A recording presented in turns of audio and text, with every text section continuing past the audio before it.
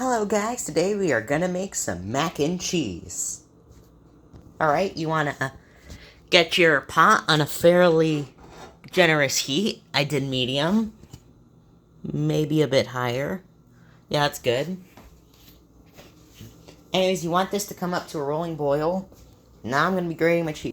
We got half a pound of Havarti. You want half a pound of mascarpone. Sorry, I actually meant 4 ounces, and 4 ounces which would be a quarter pound, not a half pound. So, a quarter pound of Havarti and mascarpone. Here we got 4 ounces of Parmigiano Reggiano, my favorite cheese in the universe. Last time I did say I used Parmesan for the cheesy green, but I actually meant Parmigiano Reggiano, not the Wisconsin knockoff Parmesan. And 4 ounces of white cheddar. Anyways, our pasta water is boiling now. We want to add about a lot of salt. This is what's going to give our pasta flavor, so we need to add a lot of salt. This pasta water is what's going to season our pasta. Anyways, I'm using half a pound of penne for all of this. If you want to use a whole box, don't worry, just double the cheeses. And we're going to cook this for 11 minutes, because that's what the box says for al dente.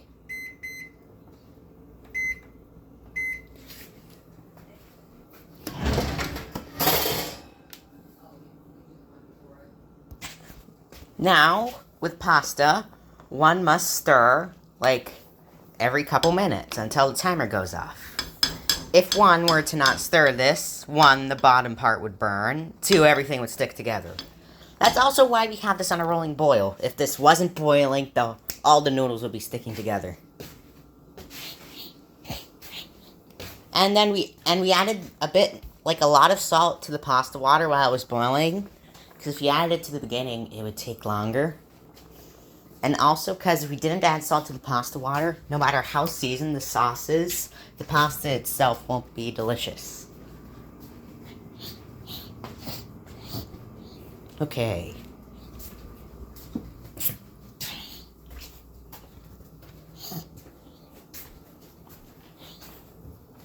Three minutes left.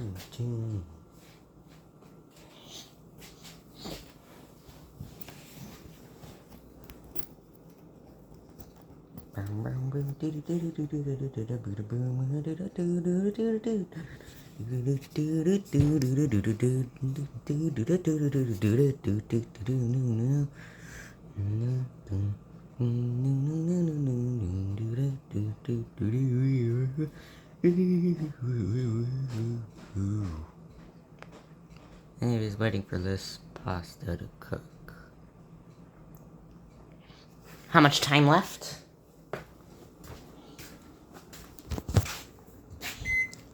1 minute and 25. Time to stir. Give it one more stir. Give it another stir. Alright, that's all the stirring I'm gonna do.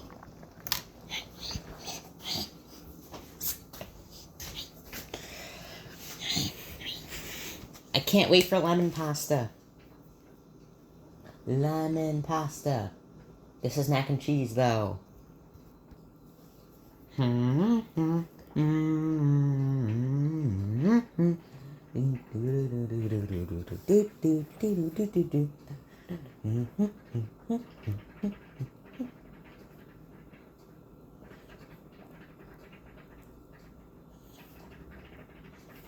Alright, Colander. Marie Colander. Marie Colander.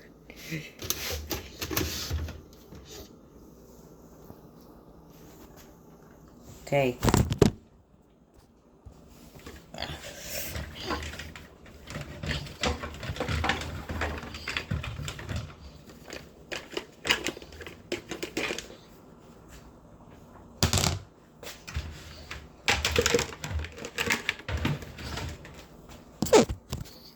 Colander. Timer. And funnily enough, that was just in time. Turn the heat off.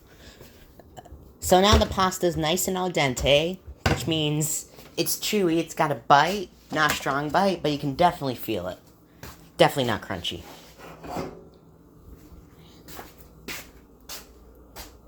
Strain through a colander.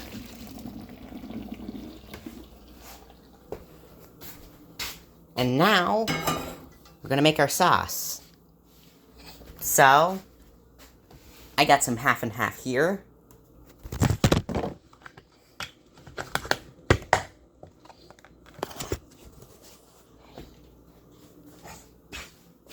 Gonna add some half and half.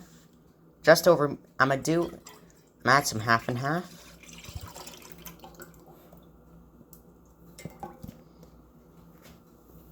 Two cups of half and half, which was pretty much that whole container. Turn this on, medium heat.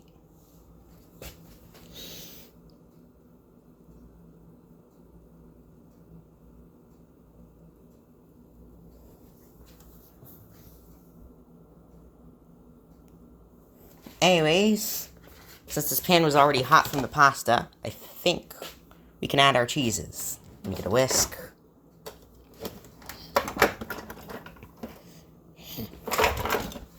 Now, you can add these cheeses in any order, but we're going to go alphabetical. Now we're going to do Havarti with an H. H for Havarti. And before we add the next cheese, we want to make sure this first cheese is fully incorporated. So why not just dig it in? That's what she said. Shit.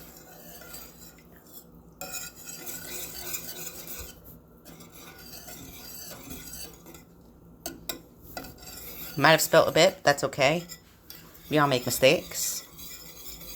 I'm not going to edit that out. No, I'm not.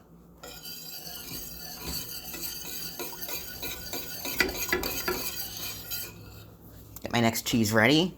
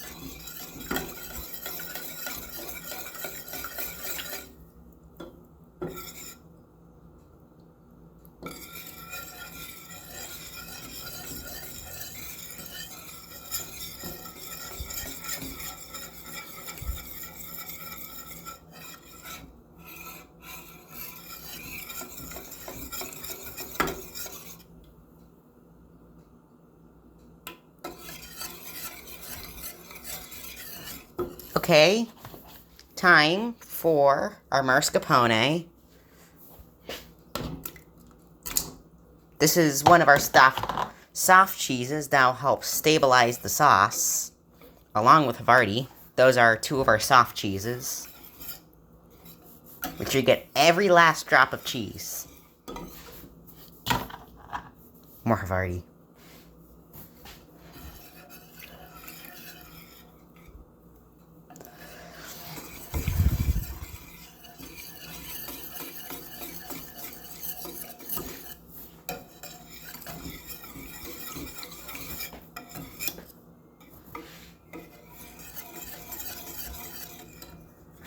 This is a bit hot.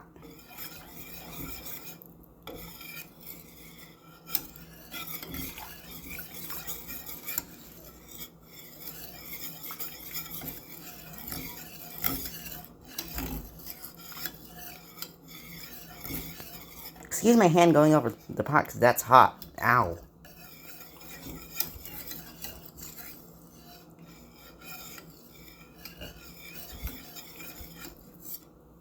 Anyways, our next cheese, Havarti with an M. Havarti with an H, mascarpone with an M, Parmigiano Reggiano with a P. That's what she said again.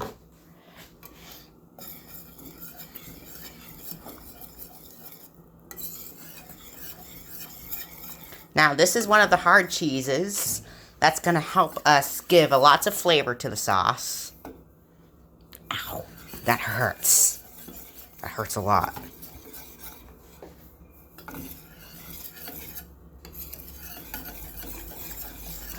Parmigiano doesn't really have a lot of melting qualities, but it really does have a lot of flavor. If I were just to do one hard cheese without any soft cheeses, this would just be clumpy. You don't exactly want clumps in your mac and cheese. Unless you're that kind of person and you're into that stuff.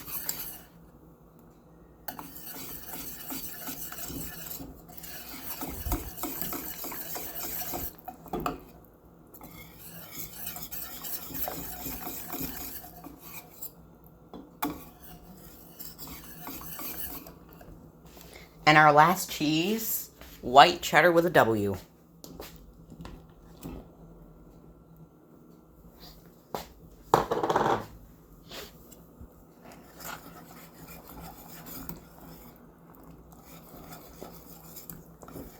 Now, as you'll see, after all of these cheeses are melted, this sauce will end up looking a little runny. And that's actually what we want. We want it to be a little too thin on purpose. You know how we did not... By the way, never rinse your pasta with tap water. Never do that.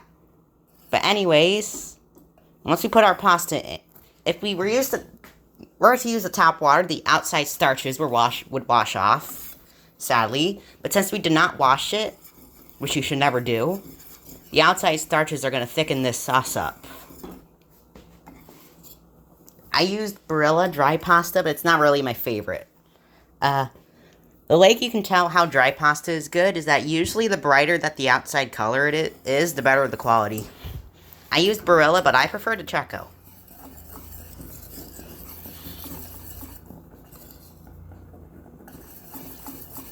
Anyways, I think this is done.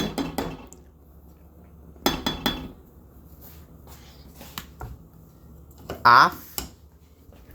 Now we're going to take our pasta, which has just been drying up here for a while. We're going to put it in this mac and cheese sauce.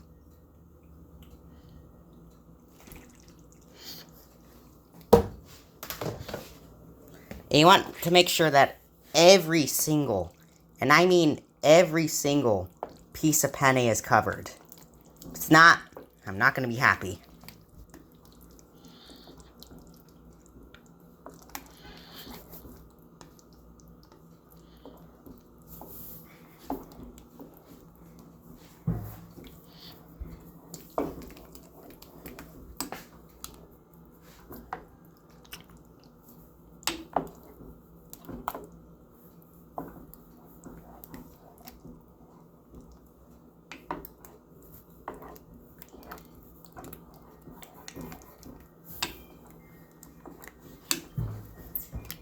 Now, most people bake their mac and cheeses, but I like stopping here because it's usually creamier. As you can tell, that sauce is kind of thick now. Anyways, you see how this sauce is a bit thick? Yeah, that's what we want. We want it to be a bit thick, but not like very sticky, that thick. Now, you want to eat this when it's hot because as it cools, it's going to get thicker and eventually stick together. Okay, just served myself to some mac. Let's taste. Did the mail come? Here's the mail, it never fails. It makes me want to wag my tail. When it comes, I want to scream. Meow! Sorry. We try not to wake up Granny. Yeah. Meow. And she's upstairs over your head, too. Anyways, let's try this. Mmm. Mmm. Good. Mmm. Really good. Really, really, really good. Mmm. Yum. Yum, yum, yum, yum, yum. Mmm.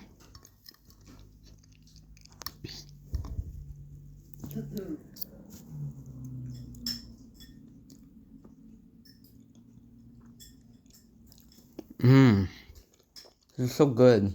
Mm-hmm. I love it. Me too. You're right, I might be having seconds.